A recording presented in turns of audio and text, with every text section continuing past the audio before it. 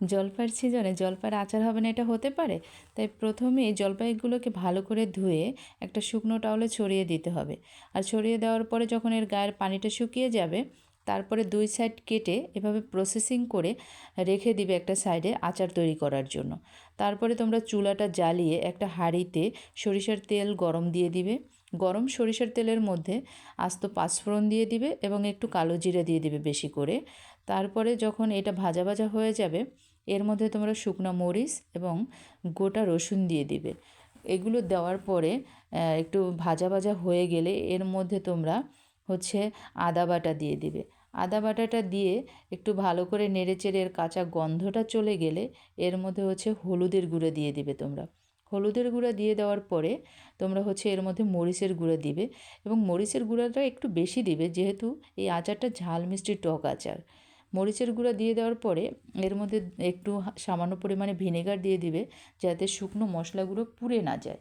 এবং মশলাটা যখন এভাবে ভাজা ভাজা হয়ে আসবে, তারপরে এর মধ্যে তোমাদের সেই কেটে রাখা জলপাইগুলো আস্তে আস্তে দিতে শুরু করবে এবং জলপাইগুলোকে দিয়ে তোমরা এভাবে নাড়তে থাকবে।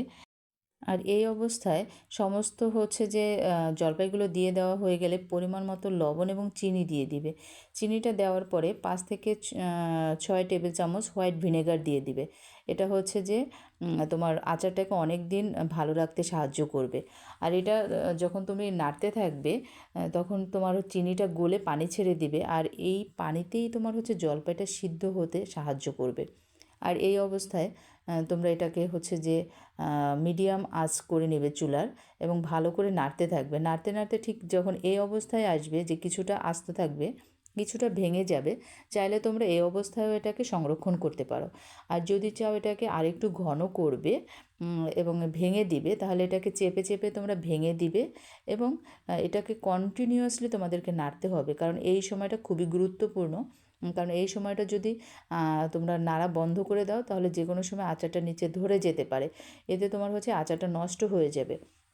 আর আচারটা যখন ঠিক এই অবস্থায় আসবে, তখন তোমরা এর মধ্যে তোমাদের ভেজে রাখা যে পাঁচফোড়ন আছে, সেই পাঁচফোড়নের গুঁড়াটা এর মধ্যে হচ্ছে দিয়ে দিবে। আর পাঁচফোড়নের গুঁড়াটা যখন দিয়ে দিবে, দেওয়ার পরে 2 থেকে 3 মিনিট চুলার আঁচটা হচ্ছে যে রেখে এটা ভালো করে মিশিয়ে নেবে। মিশিয়ে নেওয়া হয়ে গেলে তোমরা চুলার আঁচটা অফ করে দিবে।